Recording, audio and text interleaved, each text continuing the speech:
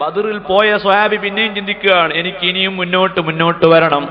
അവസാനം 100 സമരങ്ങളിൽ പങ്കെടുത്ത ഖാലിദ് ഇബ്നുൽ വലീദ് റളിയല്ലാഹു അൻഹു മരിക്കുന്നത് കട്ടിലിൽ കിടന്നാണ് മരിക്കുന്നത്. ആ മരിക്കുന്ന സമയം ഖാലിദ് ഇബ്നുൽ വലീദ് റളിയല്ലാഹു അൻഹു പറയുകയാണ്, പടച്ചവനെ, ഒരുപാട് സമരങ്ങളിൽ പങ്കെടുത്ത എനിക്ക് അവസാനം എന്റെ വഫാത്ത് ഒരു ഷഹാദത്തിൻ്റെത് ആയില്ലല്ലോ എന്ന് വിലപിക്കുകയാണ്. ഇസ്ലാമിക സമൂഹത്തിൽ ഓരോ വ്യക്തിയുടെയും അവസ്ഥ അതാണ്. മഹാനായ ഉസ്മാൻ ഇബ്നു അഫ്ഫാൻ റളിയല്ലാഹു അൻഹു അബൂ ഉബൈദത്തുൽ ജറാഹിന് മറുപടി നൽകുന്നു. അഖബയിൽ നടന്ന ഉടമ്പടിയിൽ ഞാൻ പങ്കെടുക്കാത്തതാണ് നിങ്ങൾ പറഞ്ഞ ഒരു കാരണമല്ലേ? പക്ഷെ ഒരു കാര്യം, അന്ന് ആ ഉടമ്പടിയിൽ ഞാൻ പങ്കെടുക്കാതിരിക്കാനൊരു കാരണമുണ്ട്. ഞാൻ ആ ഉടമ്പടിയിൽ നബിയോട് പങ്കെടുക്കാൻ ഇങ്ങനെ ആശിച്ചു നിൽക്കുമ്പോൾ എന്നെ മദീനയിലേക്ക് ശത്രുക്കളുമായി സംഭാഷണം നടത്താൻ വേണ്ടി നബിതങ്ങൾ എന്നെ അയച്ചതാണ്. ഉമർ റളിയല്ലാഹു അൻഹുവിനെ അയച്ചാൽ പ്രശ്നം പരിഹാരമാകുന്നതിന് പകരം ചിലപ്പോൾ രൂക്ഷമാകുമോ എന്ന് ഭയന്നാണ് ഉമറിനെ അയക്കാതിരുന്നത്. ഉമർ റളിയല്ലാഹു അൻഹു പോകേണ്ട ചില സാഹസമുണ്ട്, അവിടെ മൂപ്പര് തന്നെ പോകണം. അത്ര പ്രശ്നമൊന്നും ഇല്ലാത്ത സ്ഥലത്ത് ചിലപ്പോൾ ചില ആളുകൾ പോയാൽ അത് പ്രശ്നം ഇല്ലാതാവും, ചിലരുടെ പ്രശ്നം ഇരട്ടിക്കും.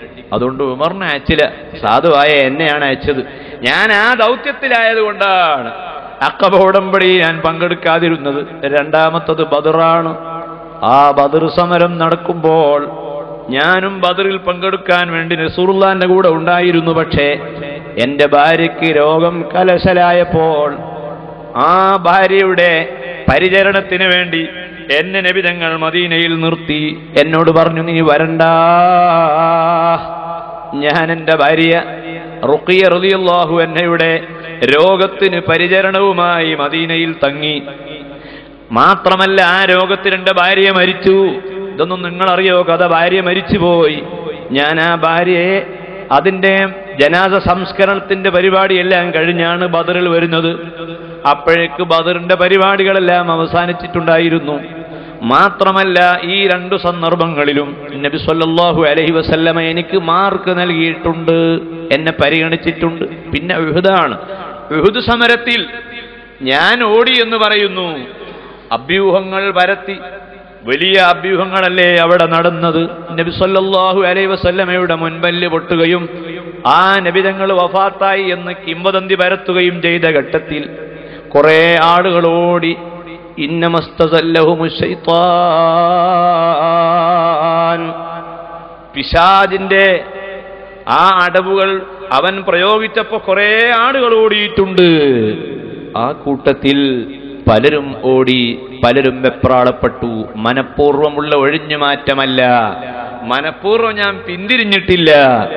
ഈ 3 പോയിന്റിനും മഹാനായ ഉസ്മാൻ ഇബ്നു അഫ്ഫാൻ മറുപടി പറഞ്ഞുവെങ്കിൽ, പ്രിയപ്പെട്ട സുഹൃത്തുക്കളെ, ഇസ്ലാമിക സമൂഹത്തിൽ ഓരോ വ്യക്തിയും സൽക്കർമ്മങ്ങളുടെ പട്ടിക വർദ്ധിപ്പിക്കാൻ കഠിനാധ്വാനം ചെയ്യണം, നന്നായി അധ്വാനിക്കണം. ഈ റമദാൻ മാസത്തിൽ നോക്കൂ, ലൈലത്തുൽ ഖദറിന്റെ രാത്രിയാവാൻ സാധ്യതയുള്ള ഈ സന്ദർഭമായാൽ റസൂലുള്ളാഹി സ്വല്ലല്ലാഹു അലൈഹി വസല്ലമ അരക്കെട്ട് മുറുക്കി കെട്ടുകയാണ്. എന്നിട്ട് കൂടുതൽ ഇബാദത്തിൽ പങ്കാളികളാവുകയാണ്. സൂറത്തുൽ കഹ്ഫ് ആ അധ്യായത്തിലേക്ക് ശ്രദ്ധിച്ചു നോക്കൂ. ഇസ്ലാമിക സമൂഹത്തിന്റെ 4ാമത്തെ ഏറ്റവും വലിയ ബാധ്യത, വളരെ പ്രധാനപ്പെട്ട ബാധ്യത, സമൂഹത്തിലെ അവഗണന അനുഭവിക്കുന്ന വ്യക്തികളെ മുൻപന്തിയിലേക്ക് കൊണ്ടുവന്ന്, അവരെ മുഖ്യധാരയിലേക്ക് കൊണ്ടുവന്ന് അവരെ നല്ലവരാക്കി, സാമ്പത്തിക ശേഷിയുള്ളവരാക്കി, കഷ്ടപ്പെടുന്ന ആളുകളുടെ കഷ്ടപ്പാട് അകറ്റി അവരെ വളർത്തിക്കൊണ്ടുവരലാണ്. അതിന് നേതൃത്വം നൽകേണ്ടതാരാണ്?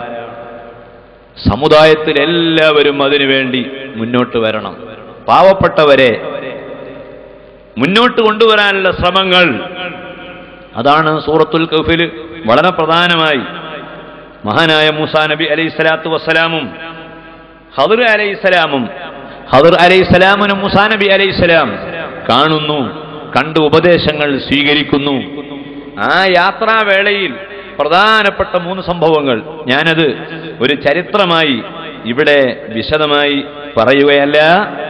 അവിടെ കുറെ സംസാരങ്ങളുണ്ടായി, കുറെ പ്രവർത്തനങ്ങളുണ്ടായി. മഹാനായ മൂസാ നബി അലൈഹിസ്സലാം ഖദർ അലൈഹിസ്സലാമിന്റെ കൂടെ യാത്ര ചെയ്യുമ്പോൾ ആദ്യം തന്നെ കരാർ ചെയ്തിട്ടുണ്ട്, ഞാനെന്തു പ്രവർത്തിച്ചാലും അപ്പോഴൊക്കെ നീ ക്ഷമിക്കുകയാണ് വേണ്ടത്, എന്നോട് ചോദ്യം ചെയ്യാൻ പാടില്ല. കാരണം ശരീഅത്തിന്റെ പ്രത്യക്ഷമായ ഭാഗങ്ങൾ നോക്കിയാണല്ലോ അങ്ങ് വിധിക്കുന്നത്. ഒരുപക്ഷെ പെട്ടെന്ന് എന്റെ പ്രവർത്തനങ്ങൾ നിനക്ക് മനസ്സിലാകുന്നില്ല എങ്കിൽ പിന്നീട് ഞാനതൊക്കെ വിവരിച്ചു തരുന്നത് കൊണ്ട് കൂടുതൽ ചോദ്യം ചെയ്യുകയോ വിമർശിക്കുകയോ ചെയ്യാതെ ഈ പഠനയാത്രയിൽ എന്നോടൊപ്പം പങ്കാളിയാകണമെന്ന് മൂസ അലൈഹിസ്സലാമിനോട് ഖദർ അലൈഹിസ്സലാം പറയുകയാണ്. പ്രവാചകന്മാരുടെ ബാധ്യതകൾ, പണ്ഡിതന്മാരുടെ ബാധ്യതകൾ, ഇസ്ലാമിക സമൂഹത്തിന്റെ ബാധ്യതകൾ ചെറുതൊന്നുമല്ല. 5 നേരം നിസ്കരിച്ചതുകൊണ്ട് മാത്രം നമ്മളെ ബാധ്യത അവസാനിക്കുന്നില്ല.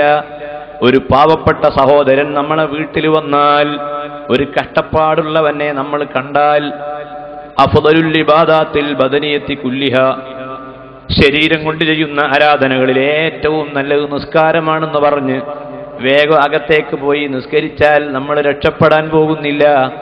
മറിച്ച് ആ കഷ്ടപ്പെടുന്നവനെ പറ്റി നമ്മൾ കേൾക്കണം, അവന് ഗുണം ചെയ്തു കൊടുക്കണം. ആ പാഠങ്ങളതാ പഠിപ്പിച്ചു കൊടുക്കുകയാണ്. ഒന്നാമതായി ഒരു കപ്പൽ, കടൽ തൊഴിലാളികളുടെ കപ്പൽ. ആ കപ്പൽ പിടിച്ചെടുക്കാൻ വേണ്ടി രാജാവ് പിന്നാലെ വരുന്നുണ്ട് എന്ന വിവരമറിഞ്ഞപ്പോൾ ഖദർ അലൈഹിസ്സലാം പാവപ്പെട്ടവന്റെ ബേജാറ് തീർത്തു കൊടുക്കാൻ വേണ്ടി ഉടനെ ഒരു പരിഹാരമുണ്ടാക്കുകയാണ്. ആ പരിഹാരമാണ് പരിശുദ്ധ ഖുർആനിൽ അല്ലാഹു പറയുന്നു, അമ്മ സഫീനത്തു ഫകാനത് ലിമസാകീന യഅമലൂന ഫിൽ ബഹരി. കടലിൽ ജോലി ചെയ്യുന്ന പാവപ്പെട്ട ആളുകൾ, ഇസ്ലാമിന് കടൽ തൊഴിലാളികളോട് വളരെ സ്നേഹമാണ്. കാരണം കടലിൽ പണിയെടുക്കുന്ന ആളുകൾ അധികവും അവരങ്ങേയറ്റത്തെ തവക്കുലിന്റെ ആളുകളാണ്. അവർക്ക് വേറെ ഒന്നും അവർക്ക് അവലംബിക്കാനില്ല. തിരമാലകളോട് സമരം ചെയ്യാനാണ് അവർ പോകുന്നത്. ആ കടലിലുള്ള മത്സ്യമാകട്ടെ അത് അള്ളാഹു നൽകിയ വലിയ അനുഗ്രഹമാണ്. അത് പെറുക്കിക്കൊണ്ടുവന്നിട്ട് വേണം, അത് വിറ്റിട്ട് വേണം അവർക്ക് കുട്ടികളെ പോറ്റാൻ. അതുകൊണ്ട് തന്നെ ആ കടലിൽ തൊഴിലിന് പോകുന്ന ആളുകളുടെ ഒരു ബോട്ട് പോവുക എന്ന് പറഞ്ഞാൽ, ആ ബോട്ട് പിടിച്ചെടുക്കപ്പെട്ടു പോയാൽ അതവരെ ജീവിത സമ്പാദ്യം മുഴുവനും നശിക്കുന്നതിന് തുല്യമാണ്. ഇന്നത്തെ പത്രത്തിൽ നിങ്ങൾ വായിച്ചല്ലോ, 35 ലക്ഷം വില വരുന്ന കപ്പൽ, ബോട്ട്, മത്സ്യ ബോട്ട് നഷ്ടപ്പെട്ടത് ഇന്നത്തെ പത്രത്തിൽ നമ്മൾ വായിക്കുക.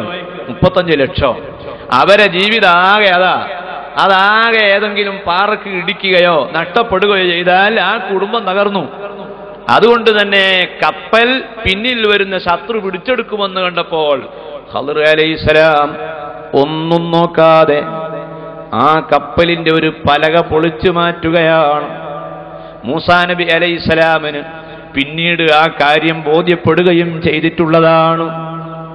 ഇതിൽ നിന്നൊരു പാഠം നമ്മൾ പഠിക്കേണ്ടത്, സമൂഹത്തിലെ പണക്കാരായ ആളുകൾ, ബോധമുള്ള ആളുകൾ സമൂഹത്തിലെ പാവപ്പെട്ട ആളുകളെ എപ്പോഴും ശ്രദ്ധിക്കുകയും അവരെ പരിഗണിക്കുകയും അവർക്ക് ജോലി ഉണ്ടാക്കി കൊടുക്കുകയും അവർക്ക് പട്ടിണി വരുന്നതിനുള്ള പ്രതിരോധ മാർഗങ്ങൾ ഉണ്ടാക്കിക്കൊടുത്ത് അവരെ ക്ഷേമമുള്ളവരാക്കാൻ പണിയെടുക്കുകയും വേണം. അതില്ലാതെ കുറെ ആളുകൾ നമ്മളെ കാര്യം രക്ഷപ്പെട്ടു എന്ന് പറഞ്ഞ് ഒഴിഞ്ഞു മാറാൻ നിർവാഹമില്ല. കൊച്ചിയിൽ നിന്ന് അമേരിക്കയിലേക്ക് ഞണ്ടിനെ കയറ്റുന്ന ഒരു കമ്പനി ഉണ്ട്. ഞണ്ടിനെ ഫ്രഷായിട്ട് ജീവനോടെ ഞണ്ടിനെ പിടിച്ച് കയറ്റിയാൽ നല്ല പ്രതിഫലം കിട്ടും. അതുകൊണ്ട് ഈ ഞണ്ടിനെല്ലാം കൂടി പെറുക്കി പാക്ക് ചെയ്ത് വിടുകയാണ് പതിവ്. പച്ചയോടെ പാക്ക് ചെയ്യുക. പക്ഷെ ഈ പാക്ക് ചെയ്യുമ്പോൾ ഈ പാക്ക് ചെയ്യുന്ന പെട്ടിയിൽ ഇടയ്ക്കിടെ സുഷിരം വെക്കും. സുഷിരങ്ങൾ വെച്ചില്ല എങ്കിൽ എയർ സർക്കുലേഷൻ ഉണ്ടാവില്ല, ഞണ്ട് ചത്തുപോകും. അപ്പൊ ഇടയ്ക്കിടെ ഈ എയർ സർക്കുലേഷന് വേണ്ടി ഇങ്ങനെ ഹോൾസ് ഇട്ടപ്പോ ഒരാൾ ചോദിച്ചു, ഇങ്ങനെ ഹോൾ ഇട്ടാലും ഞണ്ട് ഈ ഹോളിലൂടെ കയറി പുറത്തേക്ക് ചാടൂലേ? അപ്പൊ അമേരിക്കക്കാരൻ പറഞ്ഞു, ഇല്ല, ഇത് കേരളത്തിലെ ഞണ്ടാണ്. ഒരു ഞണ്ട് എങ്ങനെയെങ്കിലും രക്ഷപ്പെടാൻ ശ്രമിച്ചാൽ തന്നെ താഴെ ഞണ്ട് പറയുന്നത്, നിക്ക് ഈ അങ്ങനെ കയറണ്ട, നമ്മൾ കുറെ ആളുടെ ഇവിടെ കഷ്ടപ്പെടുന്നു. ഈ സ്വന്തം അങ്ങനെ പോവുകയല്ലേ, കാല് പിടിച്ച് തള്ളിയിടും. അതുകൊണ്ട് എത്ര ഹോള് വെച്ചാലും ശരി ഈ ഞണ്ട് പുറത്തു പോകില്ല എന്ന് ഉറപ്പാ. ഇതൊരു തമാശയെ പറഞ്ഞതാണ്.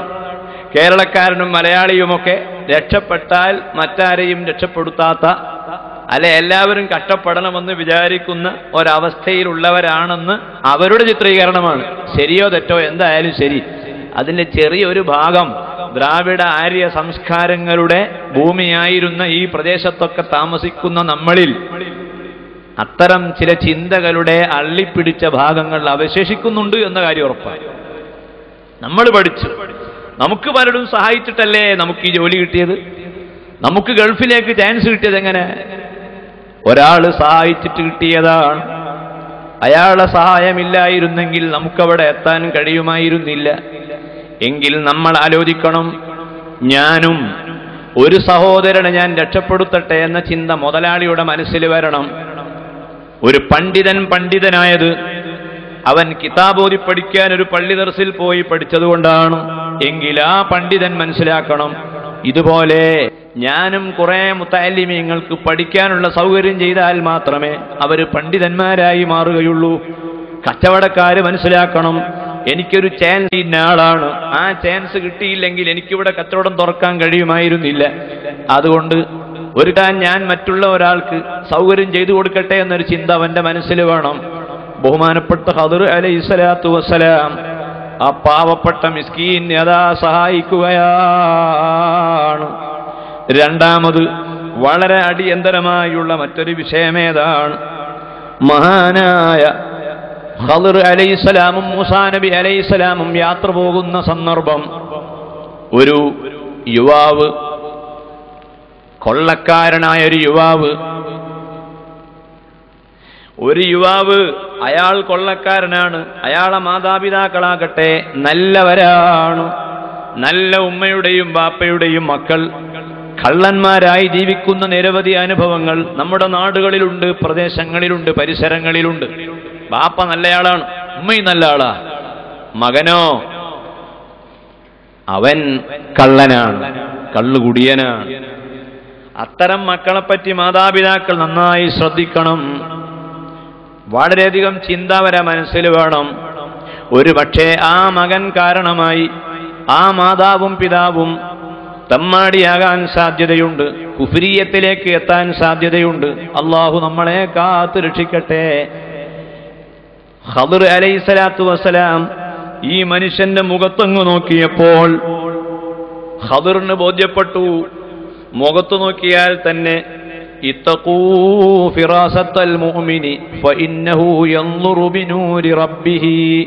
മുഅ്മിനായ മനുഷ്യൻ, ഈമാനുള്ള മനുഷ്യൻ, സ്വാലിഹായ മനുഷ്യൻ വേറൊരാളെ മുഖത്ത് നോക്കിയാൽ അവന്റെ മുഖത്ത് നോക്കി വായിക്കാൻ ഈ മുഅ്മിനായ മനുഷ്യന് കഴിയും. ചിലപ്പോൾ അല്ലാഹു കഴിവ് കൊടുത്തേക്കും. മുഖത്ത് നോക്കിയാൽ ഇയാൾ ഏതാണ്, എന്താണ്, ഇയാളുടെ അവസ്ഥ എന്താണ് മനസ്സിലാക്കാനുള്ള കഴിവ് അല്ലാഹു മുഅ്മിനീങ്ങൾക്ക് ചിലപ്പോൾ കൊടുക്കും. ഖദർ അലൈഹിസ്സലാമിനെ കഴിവ് അല്ലാഹു നൽകിയിട്ടുണ്ട്. ഇയാളെ മുഖത്ത് നോക്കിയപ്പോൾ ഖദറിന് മനസ്സിലായി സംഗതി അപകടമാണ്, ഇദ്ദേഹം ആള് മോശക്കാരനാണ്. ഇദ്ദേഹം കാരണമായി ഇദ്ദേഹത്തിന്റെ മാതാപിതാക്കൾ വഴിതെറ്റുകയും ദുർമാർഗികളായി മാറുകയും ചെയ്യും എന്ന് അല്ലാഹു അതാ ഖദർ അലൈഹിസ്സലാമിന് ഉണർത്തിക്കൊടുത്തതിന്റെ പേരിൽ ഖദർ അലൈഹിസ്സലാം ആ യുവാവിനെ കൊല്ലുന്നു. പക്ഷേ മുഹമ്മദ് നബി സ്വല്ലല്ലാഹു അലൈഹി വസല്ലമയുടെ ഉമ്മത്തിൽപ്പെട്ട ഏതെങ്കിലും ഒരു മനുഷ്യനെ ലഅനത്ത് ചെയ്യാൻ ആർക്കും അധികാരമില്ല. ഇന്നയാൾ നരകത്തിലാണെന്ന് നേരത്തെ വിധി പറയാനും നമുക്ക് അവകാശമില്ല. കാരണം അവന്റെ ജീവിതത്തിന്റെ അവസാന വേളയിൽ അവൻ പശ്ചാത്തപിച്ച് മടങ്ങാൻ സാധ്യതയുണ്ടല്ലോ. ഖദർ അലൈഹിസ്സലാമിന് അല്ലാഹ് അറിയിപ്പ് കൊടുത്തു, ഇദ്ദേഹം പശ്ചാത്തപിച്ച് മടങ്ങുകയില്ല, ഇദ്ദേഹം അടിയുറച്ച നിഷേധിയാണ്, ഇയാൾ കാരണമായിട്ട് ആ കുടുംബം കുഫ്രിയത്തിലേക്ക് പോകുമെന്ന് ഉറപ്പ് അറിയിച്ചതിന്റെ പേരിൽ വമാ ഫഅൽതുഹു അൻ അംരി, അള്ളാഹു എന്നോട് നിർദ്ദേശിച്ച പ്രകാരമാണ് ഞാൻ ആ കർമ്മം നടത്തിയത്. മഹാനായ മൂസാ നബി അലൈഹിസ്സലാമിന് ഇതൊക്കെ പിന്നീട് ബോധ്യപ്പെടുത്തി കൊടുത്തപ്പോൾ മൂസാ നബിക്ക് മനസ്സിലാവുകയും ചെയ്തു. ആ കുട്ടിയെയും മാതാപിതാക്കളെയും തമ്മിൽ വിടർത്തി ആ കുടുംബത്തെ രക്ഷിച്ചു. ഇത് ഒരു പ്രബോധകന്റെ ഒരു പ്രധാന ദൗത്യമാണ്. നല്ല സംസ്കരണത്തിന്റെ ഭാഗത്ത് തിരിഞ്ഞു നോക്കി ദുർമാർഗികളായ മക്കളെ നന്മയിലേക്ക് കൊണ്ടുവരാനുള്ള ഉപദേശം ചെയ്യുക. അതിനൊന്നും കഴിയുന്നില്ല എങ്കിൽ, ദുർമാർഗികളിൽ നിന്ന് ആ മാതാവും പിതാവും വിട്ടുപോകാൻ പറ്റാത്ത അവസ്ഥ വരുന്നുവെങ്കിൽ, ബഹുമാനപ്പെട്ട മർഹൂം ഷാലിയാത്തി അഹമ്മദ് കോയ മുസ്ലിയാർ ചെയ്തതുപോലെ മരണവേളയിൽ അദ്ദേഹം എഴുതിവെച്ച വസിയ്യത്ത്, ഞാൻ മരിച്ചാൽ എന്റെ സമ്പത്തിന്റെ ഒരു ചെറിയ ഭാഗം പോലും എന്റെ മക്കൾക്ക് കൊടുക്കരുത്. കാരണം അവർ മുൻഗാമികളെ ചീത്ത പറയുന്ന സ്വഭാവത്തിലാണിപ്പോൾ ഉള്ളത്. സ്വാലിഹീങ്ങളെ കുറ്റം പറയുന്ന മക്കളാണ്. അമ്പിയാക്കളെയും ഔലിയാക്കളെയും തള്ളിപ്പറയുന്ന നിലപാടുകൾ, അവരെ കുറ്റം പറയുന്ന പുസ്തകങ്ങൾ ആ മക്കളെ കയ്യിൽ ഞാൻ കണ്ടിട്ടുണ്ട്. ഞാൻ അധ്വാനിച്ചുണ്ടാക്കിയ എന്റെ സമ്പത്ത് ഇത്തരം ദുർമാർഗത്തിലുള്ള മക്കൾക്ക് കൊടുക്കാൻ പാടില്ല. അതുകൊണ്ട് ഇത് മുഴുവനും അള്ളാഹുവിന്റെ ദീനിന് വേണ്ടി ഞാൻ വഖഫാക്കുന്നു എന്ന് പറഞ്ഞ് എഴുതിവെച്ച ഷാലിയാത്തി നമുക്ക് മാതൃകയാവണം. നമ്മളെ മക്കൾ ദുർമാർഗത്തിലായാൽ നമ്മൾ അധ്വാനിച്ചുണ്ടാക്കിയ സമ്പത്ത് ആ മക്കൾക്ക് കൊടുക്കൽ ഹലാലല്ല. പ്രിയപ്പെട്ട സുഹൃത്തുക്കളെ, ഈമാനുമായി ബന്ധപ്പെട്ട വളരെ പ്രധാനപ്പെട്ട വിഷയമാണ്. എത്ര അധ്വാനിച്ചിട്ടാണ് നമ്മൾ ഈ സമ്പത്തുണ്ടാക്കിയത്?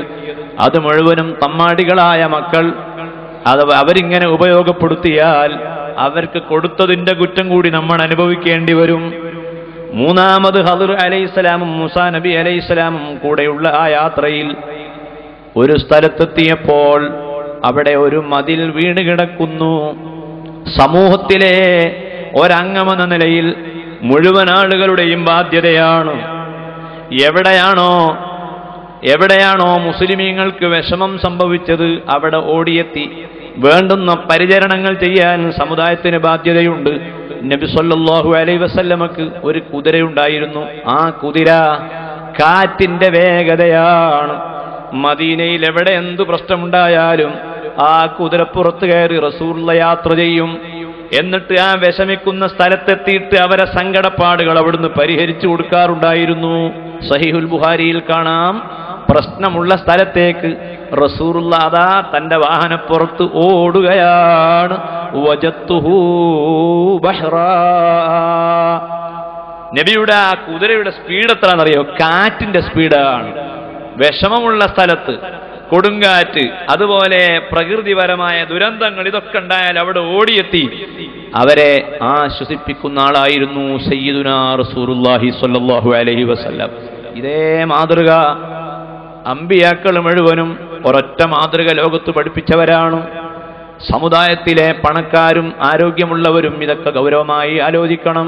നമ്മളെ കാറും നമ്മളെ വണ്ടിയും നമ്മളെ സ്ഥലവും അള്ള പൊരുത്തപ്പെട്ട മാർഗത്തിൽ ഉപയോഗപ്പെടുത്തണം. പ്രശ്നമുള്ള സമയത്ത് സ്ഥലത്ത് നമ്മൾ ഓടിച്ചെന്ന് പ്രശ്നത്തിന് പരിഹാരം ഉണ്ടായി കൊടുക്കണം. മഹാനായ ഖദർ അലൈഹിസ്സലാം വീണ് കിടക്കുന്ന മതിലിന്റെ സമീപത്തെത്തിയിട്ട് ആ മതിലതാ വീക്ഷിക്കുകയാണ്. ആ മതിലതാ റിപ്പയർ ചെയ്ത് കൊടുക്കുകയാണ്. ആ മതിൽ വീണ്ടും കെട്ടിക്കൊടുക്കുകയാണ്. മൂസാ അലൈഹിസ്സലാം സംശയത്തോടെ നിൽക്കുന്നു. ഖദർ അലൈഹിസ്സലാം പറഞ്ഞു കൊടുക്കുന്നു, ഈ മതിൽ ഞാൻ വീണ്ടും കെട്ടിക്കൊടുക്കാനുള്ളൊരു കാരണം ഉണ്ട്. വഅമ്മൽ ജിദാർ, ഈ മതില് യഥാർത്ഥത്തിൽ കാനലി ഉലമൈനി യതീമൈനി ഫിൽ മദീന, ഇത് പട്ടണത്തിലുള്ള 2 യതീം കുട്ടികളുടേതാണ്. ബാപ്പ മരിച്ചുപോയ കുട്ടികൾ വീട്ടിലേക്ക് വൈകുന്നേരം പലഹാരവും മിഠായിയുമായി കടന്നു വരുന്ന ബാപ്പയുടെ ആ കയ്യിലേക്ക് നോക്കി നിൽക്കുന്ന മക്കൾ. ബാപ്പയുടെ മരണശേഷം എല്ലാ ദിവസവും ആ കുട്ടികളെ സന്തോഷിപ്പിക്കാൻ ലോകത്താരാണുള്ളത്? ഉമ്മമാരെ. അതുകൊണ്ട് യതീം കുട്ടികളെ പരിപാലിക്കുവാനും അവരെ ശ്രദ്ധിക്കുവാനും നമ്മളെ മനസ്സിലെപ്പോഴും പ്രതിജ്ഞയുണ്ടാകണം. ബാപ്പയില്ലാത്ത കുട്ടികളുടെ വിഷയത്തിൽ പ്രത്യേകം താല്പര്യമെടുക്കണം. ബാപ്പ മരിച്ചുപോയ കുട്ടിയുടെ തലയിൽ കൈവച്ചാൽ ആ കൈവെക്കുന്ന മനുഷ്യന്റെ കൽബ് ലോലമായി തീരുമെന്നും അവന് ഭക്ഷണത്തിൽ വിശാലത കിട്ടുമെന്നും ഹദീസിൽ വന്നിട്ടുള്ളതാണ്. യതീമിനോടുള്ള ആ സ്നേഹം ബാപ്പ മരിച്ചുപോയ കുട്ടികളുടെ സ്വത്താണ്. ഇത് മഴ പെയ്താൽ ഈ മതിൽക്കെട്ടിന്റെ ഉള്ളിലുള്ള മുഴുവൻ ധനങ്ങളും നിക്ഷേപങ്ങളും ഒലിച്ചു പോകും. അതുകൊണ്ടാണ് ഖദർ അലൈഹിസ്സലാം അത് കെട്ടുന്നത്. സുബ്ഹാനല്ലാഹ്, ഈ യതീം കുട്ടികൾക്ക് ഗുണം ചെയ്യണമെന്ന് ഈ ഖദർ അലൈഹിസ്സലാമിന്റെ ഖൽബിൽ തോന്നാനുള്ള കാരണം തഫ്സീറിന്റെ കിതാബുകളിൽ കാണാം. വകാന അബൂഹുമാ സ്വാലിഹാ, ഈ യതീം കുട്ടികളെ ബാപ്പ ഒരു നല്ല ആളായിരുന്നു. നമ്മൾ നല്ലവരായാൽ നമ്മളെ മക്കൾക്ക് ഗുണം ചെയ്യണമെന്ന് മറ്റുള്ളവരുടെ ഹൃദയത്തിൽ അല്ലാഹു തോന്നിപ്പിച്ചു കൊടുക്കുന്നതാണ്. നമ്മൾ ജീവിച്ചിരിക്കുന്ന കാലത്ത് സൽക്കർമ്മം ചെയ്താൽ നമ്മളെ മക്കൾക്ക് ഗുണം ചെയ്യാൻ അല്ലാഹു മറ്റാളുകളെ നിയമിക്കും. നമ്മളെ ജീവിതകാലത്ത് നമ്മൾ തോന്നിയാസികളായി ജീവിച്ചാലോ നമ്മളെ മക്കളെ നോക്കാനോ സംരക്ഷിക്കാനോ ആരും തന്നെ വരികയില്ല. അല്ലാഹു റബ്ബുൽ ഇസ്സത്ത് ഖദർ അലൈഹിസ്സലാമിന് തോന്നിപ്പിച്ചു കൊടുക്കുകയാണ്, അതാ ആ കെട്ട്, ആ മതിൽ നിങ്ങൾ റിപ്പയർ ചെയ്ത് കൊടുക്കണം. വകാന അബൂഹുമാ സ്വാലിഹാ, ഈ കുട്ടികളെ ഏഴാമത്തെ ബാപ്പ എന്ന് പറഞ്ഞാൽ ബാപ്പാന്റെ ബാപ്പാന്റെ ബാപ്പാന്റെ ഏഴാമത്തെ പിതാവ് സ്വാലിഹാ, ഒരു ഇൽമുള്ള മനുഷ്യനായിരുന്നു, വലിയ തഖ്വയുള്ള മനുഷ്യനായിരുന്നു. അയാളെ ജോലി അയാൾ ആരെന്ത് കൊണ്ടുപോയി കൊടുത്ത് ഇതിവിടെ നിൽക്കട്ടെ എന്ന് പറഞ്ഞ് ഏൽപ്പിച്ചാൽ അത് ഏറ്റുവാങ്ങും.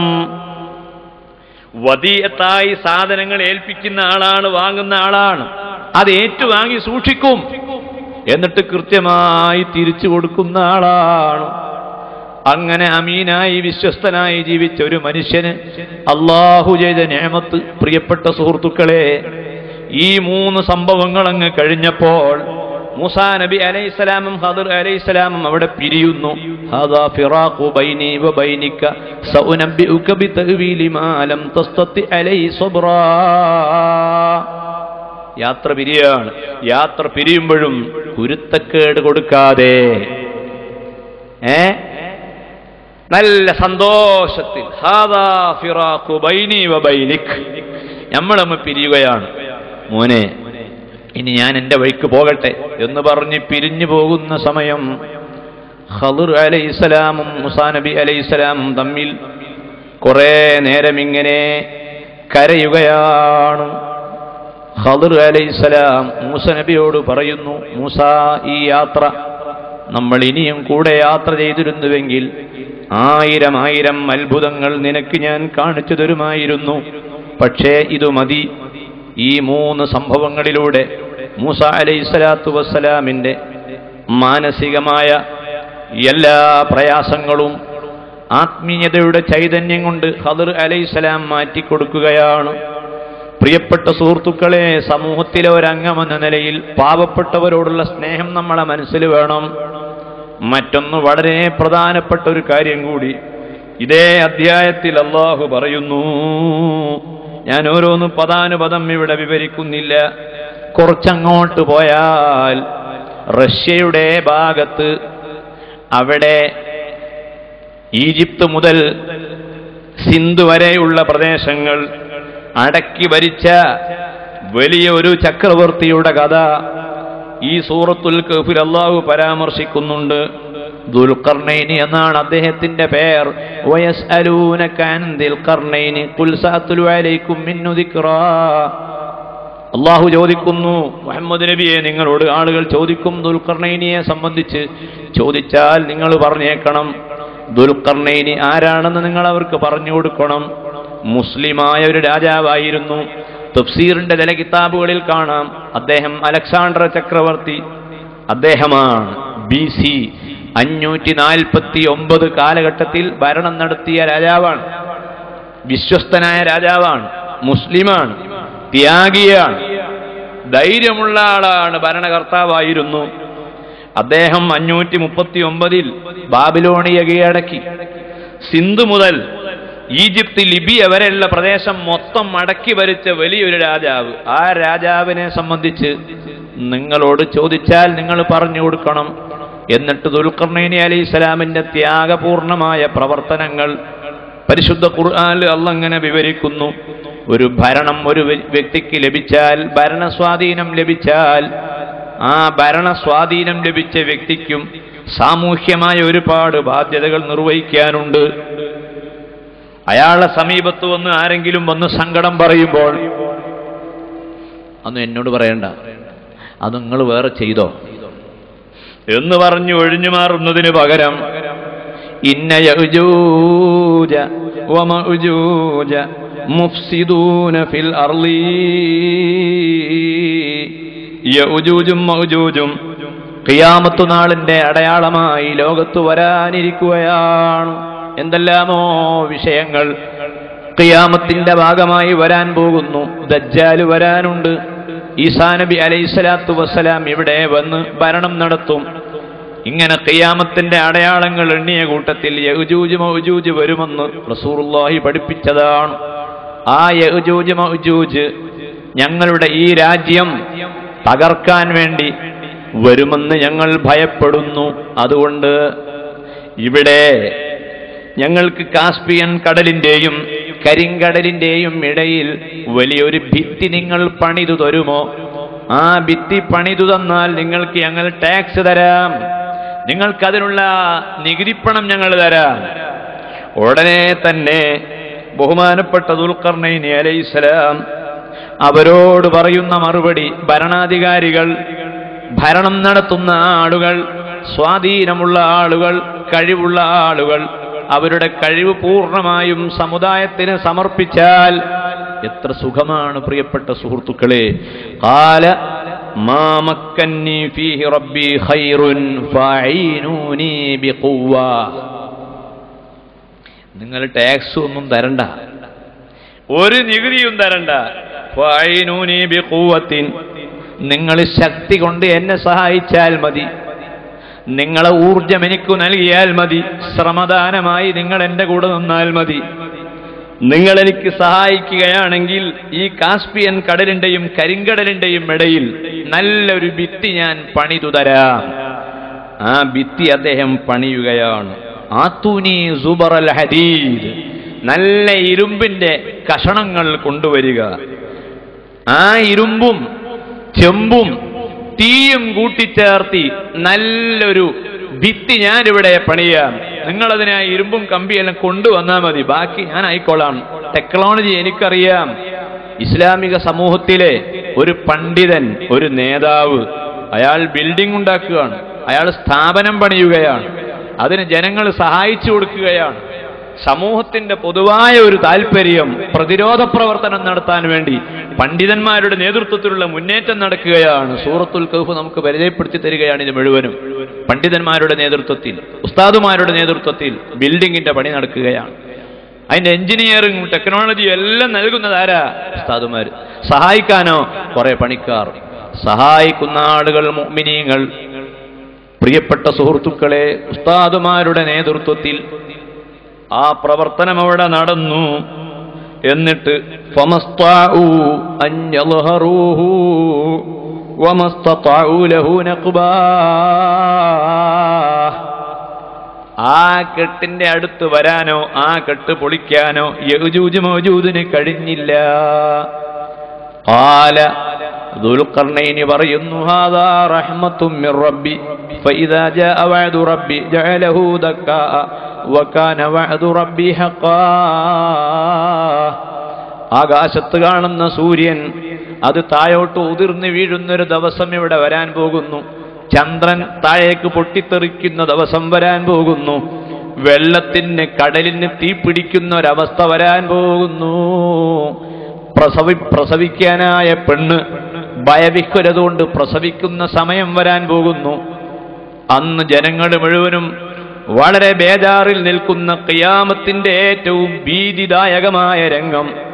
അങ്ങനെയുള്ള ഖിയാമത്തിന്റെ ദിവസങ്ങൾ വരുമ്പോൾ ഈ യഅജൂജ് മഅജൂജ് വരാതിരിക്കാൻ വേണ്ടി ഉണ്ടാക്കിയ ഈ കാസ്പിയൻ കടലിന്റെയും കരിങ്കടലിന്റെയും ഇടയിൽ ഇപ്പോഴും അവിടെ ചെറിയ ഭിത്തിയുടെ ഭാഗമായി നിലകൊള്ളുന്ന ആ കെട്ടെല്ലാം പൊളിയുന്നതാണ്. അതുവരെ പൊളിയാതെ ഭദ്രമായി യഅജൂജ് മഅജൂജിനെ തടയാൻ വേണ്ടിയുള്ള ഈ വലിയ പ്രതിരോധം ഞാൻ നിങ്ങൾക്ക് സ്ഥാപിച്ചു തരാമെന്ന് പറഞ്ഞ ദുൽഖർനൈൻ അലൈഹിസ്സലാമിന്റെ ചരിത്രം എന്തിനാണ് ഈ അധ്യായത്തിൽ നമുക്ക് അല്ലാഹു പറഞ്ഞു തരുന്നത്? പ്രിയപ്പെട്ട സുഹൃത്തുക്കളെ, ശാസ്ത്ര വിദ്യാർത്ഥികൾ, സയൻസ് വിദ്യാർത്ഥികൾ, എഞ്ചിനീയറിംഗ് വിദ്യാർത്ഥികൾ, എഞ്ചിനീയർമാർ, സയന്റിസ്റ്റുകൾ, ഡോക്ടർമാർ അവരുടെ കഴിവുകൾ സമുദായത്തിന്റെ നന്മയ്ക്ക് വേണ്ടി അവർ ഉപയോഗപ്പെടുത്തണം. സമുദായത്തിന്റെ നന്മയ്ക്ക് വേണ്ടി ഡോക്ടർമാര് അവരെ കഴിവുപയോഗപ്പെടുത്തണം, എഞ്ചിനീയർമാര് അവരെ കഴിവുപയോഗപ്പെടുത്തണം. ഈ കഴിവുകളും ഈ വൈദഗ്ധ്യങ്ങളുമൊക്കെ സമുദായത്തിന് നൽകിയാൽ വളരും. ആ വളർച്ചയല്ലേ ഇന്ന് കേരളത്തിൽ നമ്മൾ കാണുന്നത്. ഇന്ന് അള്ളാഹുവിന്റെ അനുഗ്രഹം കൊണ്ട് സയ്യിദുമാരുടെയും പണ്ഡിതന്മാരുടെയും നേതൃത്വത്തിൽ കേരളത്തിലെ മോമിനീങ്ങൾ രംഗത്ത് വന്നപ്പോൾ എന്തൊക്കെ മാറ്റങ്ങൾ ഇവിടെ ഉണ്ടായി. എത്രയാണെന്ന് നമ്മൾ പുരോഗതി പ്രാപിച്ചത്. മലപ്പുറം ജില്ല ഒരു കാലഘട്ടത്തിൽ എല്ലാവരും എല്ലാ മേഖലയിൽ നിന്നും എഴുതിത്തള്ളി അങ്ങനെയൊക്കെ ആയിരുന്നല്ലോ, അതൊക്കെ മാറി. ഇന്ന് മുന്നിൽ മലപ്പുറമാണ്. എല്ലാ ഹൈറിലും അള്ളാഹു മുസ്ലിമീങ്ങൾ ഉള്ള സ്ഥലങ്ങളെ മുഴുവനും കൂടുതൽ കൂടുതൽ ഇസ്സത്തിലേക്ക് പ്രദാനം ചെയ്യട്ടെ, ആക്കിത്തരട്ടെ. പ്രിയപ്പെട്ട സഹോദരന്മാരെ, ഈ കഥകളും ചരിത്രങ്ങളും എല്ലാം പറഞ്ഞ് അവസാനം അള്ളാഹു റബ്ബുൽ ഇസ്സത്ത് അൽ കഹ്ഫ് സൂറത്തിന്റെ അവസാനം മനുഷ്യനെ ഉണർത്തുകയാണ്. കുറെ അധ്വാനിച്ചു, കുറെ സേവനം ചെയ്തു, കുറെ പാവപ്പെട്ടവരെ പരിഗണിച്ചു, പട്ടിണി കിടക്കുന്നവനെ രക്ഷിച്ചു, കപ്പൽ റിപ്പയർ ചെയ്തു, മതിൽ കെട്ടിക്കൊടുത്തു, ടെക്നോളജിയും എഞ്ചിനീയറും ഒക്കെ ജനങ്ങൾക്ക് വിട്ടുകൊടുത്തു. എല്ലാം ചെയ്താലും ഒരു വിഷയത്തെപ്പറ്റി മുഅ്മിനീങ്ങളുടെ മനസ്സിൽ നല്ല ബേജാറ് വേണം. അതേതാണ്? അല്ലാഹു പറയുകയാണ്, ഖുൽ ഹൽ നുനബ്ബിഉകും ബിൽഅഖ്സരീന അമാലാ അല്ലദീന ളല്ല സഅയുഹും ഫിൽ ഹയാത്തിദ് ദുനിയാ വഹും യഹ്സബൂന അന്നഹും യുഹ്സിനൂന സുൻആ.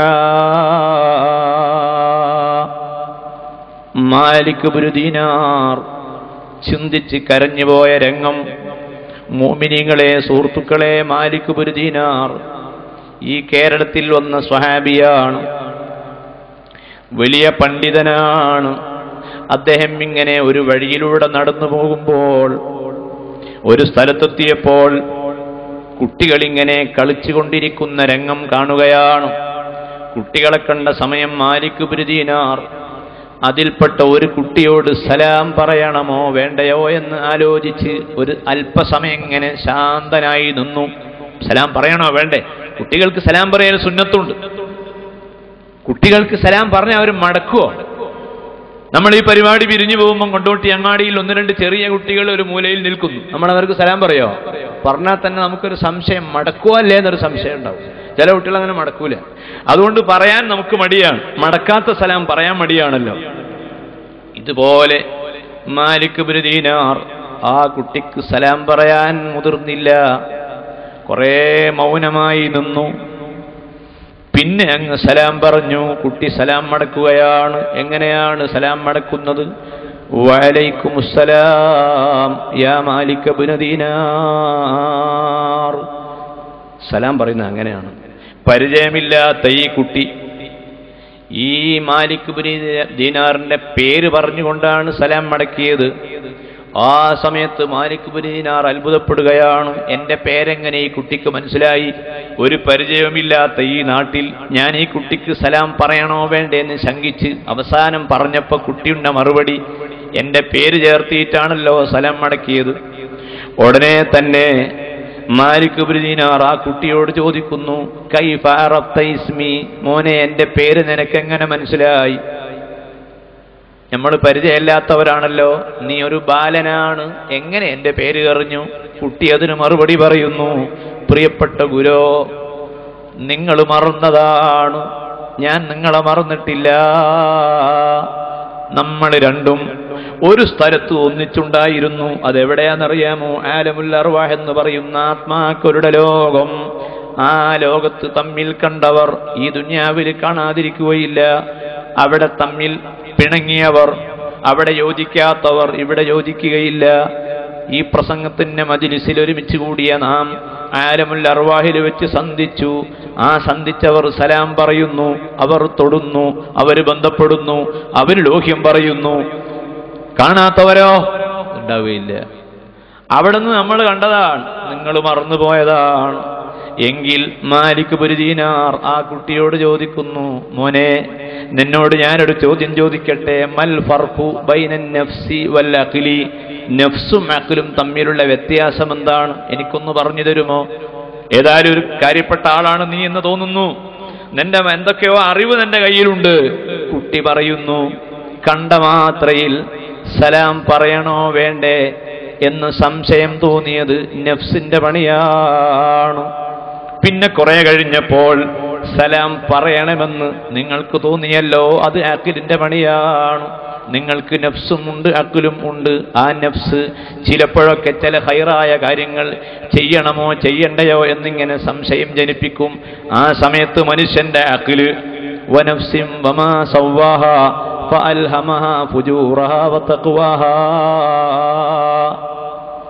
അവിടെ നല്ല കാര്യം ചെയ്യണമെന്ന് തോന്നിപ്പിക്കുന്ന അഖില് സജീവമായാൽ അതുമാത്രമേ വിജയിക്കുകയുള്ളൂ. ബഹുമാനപ്പെട്ട മാലിക് ഇബ്നു ദീനാർ ആ കുട്ടിയുടെ കൈ പിടിക്കുകയാണ്. മനുഷ്യൻ നന്നാവണമെന്ന് ആഗ്രഹിക്കുന്ന വ്യക്തികൾ നിഷ്കളങ്കരായ കുട്ടികളെ കൈപിടിക്കുക. ആ മക്കൾ പാപം ചെയ്യാത്തവരാണ്, തെറ്റ് ചെയ്യാത്തവരാണ്.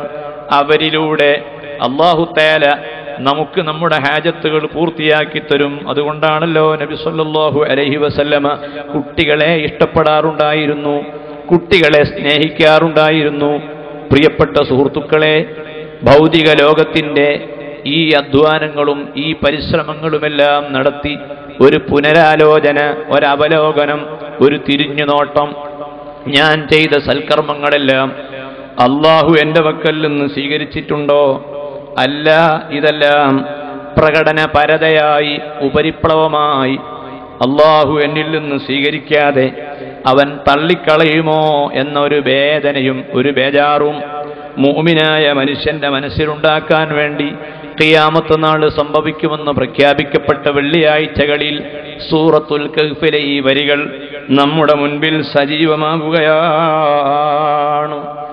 മാത്രമല്ല, ഈ അധ്യായമെല്ലാം പറഞ്ഞ് പ്രിയപ്പെട്ട സുഹൃത്തുക്കളെ, നമ്മൾ വളരെയധികം ഗൗരവത്തോടുകൂടി ആലോചിക്കണം. ദുന്യാവിന് വേണ്ടിയുള്ള ഓട്ടത്തിന്റെ ഇടയിൽ, കഷ്ടപ്പാടുകൾക്കിടയിൽ, ദുന്യാവുണ്ടാക്കാനുള്ള ആ ഓട്ടത്തിന്റെ ഇടയിൽ കടങ്ങളും വരുത്തി, പ്രയാസങ്ങളും വരുത്തി, ഈ ശരീരത്തെ മുഴുവനും പണയപ്പെടുത്തി അള്ളാഹുവിന്റെ ഹദ്റത്തിലേക്ക് കൊണ്ടുപോകാൻ പറ്റാത്ത രൂപത്തിൽ നമ്മൾ ചീത്തയാക്കിയാൽ എന്തായിരിക്കും നമ്മുടെ അവസ്ഥ? ഈ അധ്യായത്തിന്റെ അവസാന ഭാഗത്ത് അല്ലാഹു തആല പറയുകയാണ്, ഇന്നല്ലദീന ആമനൂ വഅമിലുസ് സ്വാലിഹാത്തി കാനത് ലഹും ജന്നാത്തുൽ ഫിർദൗസി നുസുലാ ഖാലിദീന ഫീഹാ ലാ യജിദൂന അൻഹാ ഹിവലാ. വിശ്വാസവും സൽക്കർമ്മവും അത് മുദ്രാവാക്യമായി അതുമായി കെട്ടിമറിഞ്ഞ് ജീവിക്കുന്ന ആളുകൾ, അവർക്ക് സുഖമാണ്, സ്വർഗമാണ് അല്ലാഹു കൊടുക്കുക. 3 രൂപത്തിൽ നമുക്ക് സ്വർഗം ലഭിക്കാനുള്ള ചാൻസുകളുണ്ട്. ആ 3 രൂപത്തിലുള്ള സ്വർഗത്തിൽ നിന്ന് ഏത് സ്വർഗമാണ് കിട്ടേണ്ടത് എന്ന് ആലിമീങ്ങൾ വിവരിച്ചത് കാണാം. ഒരു സ്വർഗം ജന്നത്തു ഹുസൂസി, അങ്ങനെ ഒരു സ്വർഗമുണ്ട്. ആ സ്വർഗം കിട്ടണമെങ്കിൽ ചെറിയ പ്രായത്തിൽ മരിച്ചു വേണം, എന്നാലേ അത് കിട്ടും. അതേതായാലും നമ്മളാരും മരിച്ചില്ല, അതൊരു ഭാഗ്യമായിരുന്നു. അങ്ങനെ നമ്മളെ വീട്ടിലും കുടുംബത്തിലും ഒരു കുട്ടി ചെറിയ പ്രായത്തിൽ മരിച്ചാൽ ആ കുട്ടി നേരെ സ്വർഗത്തിലേക്കാണ്. ഒരു ദമ്പതിക്ക് ഒരു കുട്ടി മരിച്ചു പോയാൽ ആ കുട്ടിയുടെ മരണത്തിന്റെ പേരിൽ നെഞ്ഞത്ത് അടിക്കാതെ, മുടി പിടിച്ച് പറിക്കാതെ, ഒച്ചയിട്ട് കരയാതെ അങ്ങേയറ്റം ക്ഷമിച്ചാൽ ആ മരിച്ച കുട്ടി സ്വർഗത്തിൽ പോകുന്ന സമയം ഈ മാതാവിനെയും പിതാവിനെയും സ്വർഗത്തിലേക്ക് കൈപിടിച്ചു കൊണ്ടുപോകുന്നതാണ്. വാപ്പാ വരൂന്ന് പറഞ്ഞ് ആ കുട്ടി പിടിച്ചു കൊണ്ടുപോകും. കാരണം ആ കുട്ടി ചെറിയ പ്രായത്തിൽ മരിച്ചതുകൊണ്ട് ആ കുട്ടിക്ക് സ്വർഗമാണ്. പ്രിയപ്പെട്ട സഹോദരന്മാരെ, സഹോദരിമാരെ, രണ്ടാമത്തൊരു സ്വർഗമുണ്ട്. അതേതാണ്? ജന്നത്തുൽ മീറാസ് എന്ന് പറയുന്ന സ്വർഗമാണ്. കാരണം ഓരോ മനുഷ്യനും വേണ്ടി അല്ലാഹു തആല സ്വർഗത്തിൽ ഒരു ഇരിപ്പിടം ഒരുക്കിയിട്ടുണ്ട്, നരകത്തിലും ഇരിപ്പിടം ഒരുക്കിയിട്ടുണ്ട്. സ്വർഗത്തിന്റെ അമലാണ് ചെയ്യുന്നത് എങ്കിൽ ആ മനുഷ്യന് 2 വള്ള കാണിച്ചു കൊടുത്തിട്ട് പറയും, നരകത്തിലും ഒരു ഇരിപ്പിടം ഉണ്ടായിരുന്നു, സ്വർഗത്തിലുണ്ടായിരുന്നു. അടിസ്ഥാനപരമായ തഖ്വയുടെ യോഗ്യത നിനക്കുള്ളത് കൊണ്ട് നരകത്തിലെ ഇരിപ്പിടം നിനക്കുള്ളത് മാറ്റി സ്വർഗത്തിലേക്ക് തന്നെ ആക്കിയിട്ടുണ്ട്. അതാണ് ജന്നത്തുൽ മീറാസ് എന്ന് പറയുന്ന സ്വർഗം. മൂന്നാമത്തെ സ്വർഗം കിട്ടാനാണ് നമ്മൾ ആശിക്കേണ്ടത്. അതേതാണ് പ്രിയപ്പെട്ട സുഹൃത്തുക്കളെ, സഹോദരിമാരെ? ജന്നത്തു അമലാണ്. അത് കിട്ടാൻ വേണ്ടിയാണ് മഹാന്മാരായ അമ്പിയാക്കൾ, ഔലിയാക്കൾ, സ്വാലിഹീങ്ങൾ അവരെ പദവിയിലേക്ക് എത്തണമെന്ന് നമ്മൾ ആഗ്രഹിക്കുന്നത്. ജന്നത്തുൽ ഫിർദൗസ്. നിങ്ങൾ അല്ലാഹുവിനോട് സ്വർഗം ചോദിക്കുകയാണെങ്കിൽ ജന്നത്തുൽ ഫിർദൗസ് ആണ് നിങ്ങൾ ചോദിക്കേണ്ടത്. കാരണം അത് സ്വർഗത്തിന്റെ നടുഭാഗമാണ്. ആ സ്വർഗം ലഭിച്ചു കഴിഞ്ഞാൽ കാനത്ത് ലഹും ജന്നാത്തുൽ ഫിർദൗസി, ആ ജന്നാത്തുൽ ഫിർദൗസ് എന്ന സ്വർഗം ലഭിച്ചാൽ ഖാലിദീന ഫീഹാ, അവരെന്നും അവൾ താമസിക്കുന്നു. മാത്രമല്ല ലാ യബൂന അൻഹാ ഹിവലാ, അതൊന്നും മാറിക്കിട്ടണമെന്ന് ആശ വരുന്നതല്ല. ദുന്യാവിൽ ഏത് വീട് വെച്ചാലും അതിനേക്കാൾ നല്ല വീട് കാണുമ്പോൾ നമ്മളിൽ ഉണ്ടാവുക ഇതൊന്ന് വിറ്റ് ആ മോഡലൊന്നുണ്ടാക്കണം. ഓഫീസ് റൂം നല്ലത്, ആ വരേണ്ടതാണ്. അല്ലെങ്കിൽ വരാന്ത നല്ലത്, അതാണ് സിറ്റ് ഔട്ട്, അതാണ് നല്ലത്. നാട് നമ്മൾ ഇവിടെ ഇപ്പൊ ഇത് ടൗണിലായ സുഖമായിരുന്നു. ഈ മാറ്റത്തെപ്പറ്റി ചിന്തിക്കാത്ത അങ്ങേയറ്റത്തെ പത്രാസുള്ള സ്വർഗം ജന്നത്തുൽ ഫിർദൗസ്. ആ ഫിർദൗസിലെത്തിക്കഴിഞ്ഞാൽ, സ്വർഗത്തിലെത്തിയാൽ ലാ യജിദൂന അൻഹാ ഹിവലാ. ഈ റമദാൻ മാസത്തിൽ വെള്ളത്തിന് ദാഹിക്കുമ്പോൾ വെള്ളം കുടിക്കാതെ, ഊണിനെ ആഗ്രഹിക്കുമ്പോൾ അത് കഴിക്കാതെ ജീവിക്കുന്ന മുഅ്മിനായ മനുഷ്യൻ സ്വർഗത്തിലെത്തുമ്പോൾ സ്വർഗത്തിന്റെ ചില്ലകളിലൂടെ പറന്നു കളിക്കുന്ന പക്ഷികളെ കാണുന്ന സമയം ഒരു മുഅ്മിനായ മനുഷ്യന്റെ കൽവിൽ ആശ വരികയാണ്, പടച്ചവനെ ആ പക്ഷിയെ ചുട്ട് തിന്ന നല്ല രസമാണ്. ഇനി ചുടണമെന്നില്ല, അല്ലാതെ വെള്ളത്തിലിട്ട് വേവിച്ചാലും മതി. മനസ്സിൽ ആശ വരികയാണ്. ആശ വന്നിട്ടേ ഉള്ളൂ. അപ്പോഴേക്ക് ആ സ്വർഗത്തിൽ കഴിയുന്ന മുഅ്മിനായ മനുഷ്യന്റെ മടിയിലേക്ക് ഒരു പക്ഷി വന്ന് വീഴുകയാണ്. ആ പക്ഷിയുടെ പകുതി ചുട്ടതാണ്, പകുതി വെള്ളത്തിൽ വേവിച്ചതാണ്. കാരണം ആ മനുഷ്യന്റെ മനസ്സിൽ വന്ന ആഗ്രഹം, റബ്ബേ ആ പറന്നു പോകുന്ന പക്ഷിയെ എനിക്ക് തിന്നാൻ വലിയ ആശയുണ്ട്, അതൊന്ന് ചുട്ടു തിന്നാലാ നന്നാകും, അല്ല ചുടാതെ ആയാലും മതി, ആശ വന്നതേ ഉള്ളൂ. ആ പക്ഷിയത അവന്റെ മടിയിൽ വന്ന് പകുതിയും പകുതിയുമായി നിൽക്കുന്നു. നിനക്ക് ഇഷ്ടമുള്ള ഭാഗത്തുള്ള മാംസം തിന്നോളൂ. അങ്ങനെയുള്ള ആ സ്വർഗത്തിൽ മനുഷ്യനെത്താൻ കഴിയണമെങ്കിൽ എന്തു വേണമെന്നറിയാമോ? അമല് വേണം. ബിലാലുൽ മുഅദ്ദിൻ റളിയല്ലാഹു അൻഹുവിനെ ഇസ്രാ മിഅ്റാജിന്റെ രാത്രിയിൽ മുഹമ്മദ് നബി സല്ലല്ലാഹു അലൈഹി വസല്ലമ സ്വർഗത്തിൽ കാണുകയാണ്. സ്വർഗത്തിലൂടെ ചെരുപ്പൂട്ട് ഇങ്ങനെ പത്രാസായി നടന്നു പോകുന്നു ബിലാൽ റളിയല്ലാഹു അൻഹു. ഹബീബായ നബി ബിലാലിനെ വിളിച്ചു, ബിലാലേ ഇതെന്തൊരത്ഭുതമാണ്, സ്വർഗത്തിൽ എവിടെ നോക്കിയാലും നിന്റെ ചെരുപ്പിന്റെ ശബ്ദമാണ് കേൾക്കുന്നത്. എന്താണ് നിനക്കിത്ര വലിയ പവർ കിട്ടാനുള്ള കാരണം? ബിലാൽ റളിയല്ലാഹു അൻഹു അതിന് നൽകുന്ന മറുപടി, എപ്പോൾ ഞാൻ വുളൂ ചെയ്താലും ആ വുളൂ ചെയ്ത ഉടനെ 2 റക്അത്ത് ഞാൻ നിസ്കരിക്കാറുണ്ട്. എപ്പോൾ ഞാൻ വുളൂ ചെയ്താലും 2 റക്അത്ത് നിസ്കരിക്കാറുണ്ട്. എങ്കിൽ ആ നിസ്കാരത്തിന്റെ പവർ കൊണ്ട് തന്നെയാണ് നിനക്ക് രക്ഷ ലഭിച്ചത് എന്ന് അതാ ഓർമ്മപ്പെടുത്തുകയും ചെയ്യുകയാണ്. ബഹുമാനപ്പെട്ട ഇമാം ഷാഫിഈ റഹ്മത്തുള്ളാഹി അലൈഹി അഹ്ലു ബൈത്തിൽപ്പെട്ട വലിയ പണ്ഡിതനും നേതാവും. ആ ഷാഫി ഇമാമിന്റെ ശിഷ്യനാണ് അഹ്മദ് ബിൻ ഹംബൽ റഹ്മത്തുള്ളാഹി അലൈഹി. ഷാഫി ഇമാമിൽ നിന്ന് കിട്ടിയ അറിവാണ് അഹ്മദ് ബിൻ ഹംബലിന്റെ കയ്യിലുള്ളത്. ആ അഹ്മദ് ബിൻ ഹംബൽ റളിയല്ലാഹു അൻഹു പലപ്പോഴും ഉസ്താദിന് വേണ്ടി ദുആ ചെയ്യാറുണ്ട്. ആ ദുആവിന് പറ്റിയ സമയം നമ്മളെ നഫ്സിന്റെ ഈമാനിന് വേണ്ടി ദുആ ചെയ്യുമ്പോൾ തന്നെ ഉസ്താദുമാർക്ക് വേണ്ടി, ഉലമാക്കൾക്ക് വേണ്ടി നാം ദുആ ചെയ്യേണ്ടതാണ്. അഹ്മദ് ബിൻ ഹംബൽ റളിയല്ലാഹു അൻഹു ദുആക്ക് വേണ്ടി തിരഞ്ഞെടുക്കുന്ന സമയം പാതിര സമയങ്ങളാണ്. എല്ലാ ദിവസവും ഷാഫി ഇമാമിന് വേണ്ടി അഹ്മദ് ബിൻ ഹംബൽ ദുആ ചെയ്യുകയാണ്. ഒരു ദിവസം ഷാഫി ഇമാം റഹ്മത്തുള്ളാഹി അലൈഹിയുടെ മകനെ അഹ്മദ് ബിൻ ഹംബൽ തങ്ങൾ കാണുമ്പോൾ ആ മകനോട് പറയുകയാണ്, പൊന്നുമോനെ, നിന്റെ ബാപ്പ എൻ്റെ ഉസ്താദായിരുന്നു. ആ ഉസ്താദിന് വേണ്ടി, നിന്റെ ഉപ്പക്ക് വേണ്ടി ദുആ ചെയ്യാത്ത ഒരൊറ്റ ദിവസവും എൻ്റെ ജീവിതത്തിൽ ഉണ്ടായിട്ടില്ല.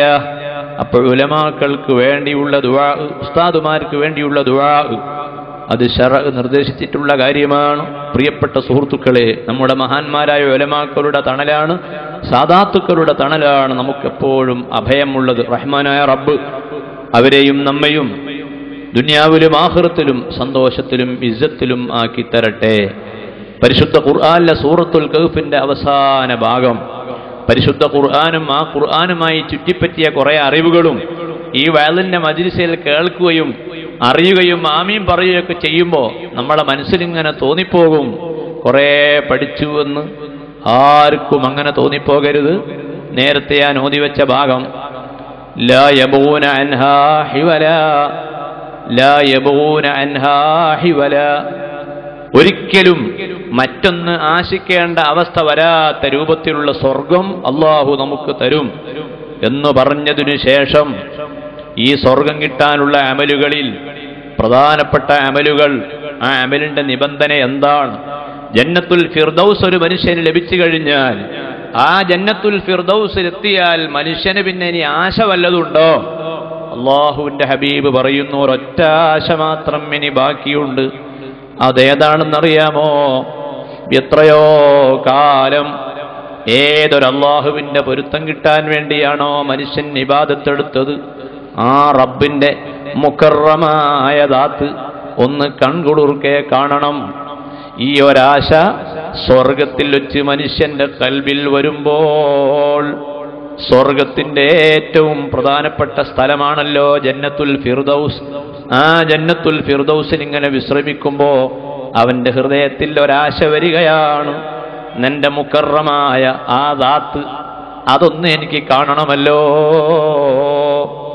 അത് സംബന്ധമായി സൂറത്തുൽ കഹ്ഫിന്റെ അവസാനത്തിൽ അല്ലാഹ് പറയുകയാണ്, വമൻ കാന യർജൂ ലിഖാഅ റബ്ബിഹി ഫൽയഅമൽ അമലൻ സാലിഹാ വലാ യുശ്രികു ബിഇബാദത്തി റബ്ബിഹി അഹദാ. വമൻ കാന യർജൂ ലിഖാഅ റബ്ബിഹി, റബ്ബിന്റെ ലിഖാഇനെ ഏതെങ്കിലും ഒരു മനുഷ്യൻ ആശിക്കുന്നുവെങ്കിൽ, അള്ളാഹുവിനെയാണ് അവൻ കാണണമെന്ന് ആശിക്കുന്നത്, മറ്റേതെങ്കിലും ഒരു വ്യക്തിയെ അല്ല. ഹബീബായ നബി സല്ലല്ലാഹു അലൈഹി വസല്ലമയെ കാണണമെന്ന് അങ്ങേയറ്റത്തെ ആഗ്രഹമുള്ള ആളുകൾ അവിടുത്തെ മജ്ലിസിൽ പോയി ഒന്ന് ഇരുന്നാൽ അവർക്കതാ സുഹബത്ത് ലഭിക്കുകയാണ്. പക്ഷേ അതിനൊരു നിബന്ധനയുണ്ട്, ഈമാൻ അതിന്റെ നിബന്ധനയാണ്. അബൂജഹൽ നബി സല്ലല്ലാഹു അലൈഹി വസല്ലമന്റെ മജ്ലിസിൽ ഉണ്ടായിട്ടുണ്ട്, പക്ഷേ അവൻ സ്വഹാബിയല്ല, അവൻ ഈമാനില്ലാത്തത് കൊണ്ട് സ്വഹാബിയല്ല. അള്ളാഹുവിന്റെ ഹബീബിന്റെ മജ്ലിസിൽ ഇരുന്നത് കൊണ്ട് മാത്രമായില്ല ഈമാൻ വേണം. എന്നാൽ ലോകത്തിന്റെ സൃഷ്ടാവായ ആ റബ്ബിനെ ഒന്ന് കാണാനുള്ള ആശ ഖൽബിൽ മുഅ്മിനായ മനുഷ്യന് വരും. അത് ലഭിക്കണമെങ്കിൽ അതിന്റെ നിബന്ധന എന്താണ്? ഫൽയഅമൽ അമലൻ സാലിഹാ, സൽക്കർമ്മം അവൻ ചെയ്തു കൊള്ളട്ടെ. വലാ യുശ്രിക് ബിഇബാദത്തി റബ്ബിഹി അഹദാ, അവന്റെ പ്രവർത്തനങ്ങളിൽ ലോകമാന്യം വരാൻ പാടില്ല. അവൻ ചെയ്യുന്ന ഒരു കർമ്മവും വേറെ ഒരാളെയും ബോധിപ്പിക്കാൻ വേണ്ടിയാകരുത്. നിസ്കരിക്കുന്ന സമയം ഇബ്ലീസ് വരും. ആ നിസ്കാരം ഇങ്ങനെ നിർവഹിച്ചു കൊണ്ടിരിക്കുമ്പോൾ ഇബ്ലീസ് തോന്നിപ്പിക്കും തരക്കേടില്ല നിസ്കാരം. പ്രസംഗിക്കുന്നവന്റെ കൽബിൽ ഇബ്ലീസ് തോന്നിപ്പിക്കും, ഇബാദത്ത് ചെയ്യുന്നവന്റെ മനസ്സിൽ തോന്നിപ്പിക്കും. എന്നാൽ ഇബ്ലീസിന് വരാൻ ഗ്യാപ്പില്ലാത്ത ഒരമല് നോമ്പാണ്. പ്രിയപ്പെട്ട ഉമ്മമാരെ, സഹോദരിമാരെ, കാരണം നോമ്പ് നോറ്റ മനുഷ്യന് പ്രത്യക്ഷത്തിൽ ഒരടയാളം കാണാനില്ലാത്തത് കൊണ്ട് ആ നോമ്പ് നോൽക്കുന്ന മനുഷ്യന് നോമ്പിന്റെ വിഷയത്തിൽ ലോകമാന്യം വരാനില്ലാത്തത് കൊണ്ടാണ്. ഫറഹത്താനി ലിസ്വാഇമി ഫറഹത്തുൻ ഇൻദ ഫിത്രിഹി വഫറഹത്തുൻ ഇൻദ ലിഖാഇ റബ്ബിഹി ഖാല റസൂലുള്ളാഹി. രണ്ട് സമയത്താ നോമ്പുകാരന്റെ സന്തോഷം. അത് ഭൗതികമായ സന്തോഷം നോമ്പ് തുറക്കുമ്പോഴാണ്.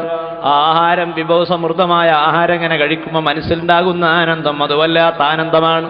രണ്ടാമത് അവന് കിട്ടുന്ന ആനന്ദം ആഖിറത്തിൽ സ്വർഗത്തിൽ വെച്ച് റബ്ബിന്റെ ലിഖാ നടക്കുന്ന സമയമാണ്. അതുകൊണ്ട് തന്നെ ഫൽയഅമൽ അമലൻ സ്വാലിഹ എന്ന വാക്യത്തിന്റെ ഒരു വ്യാഖ്യാനം റമദാനിലെ നോമ്പാണ്.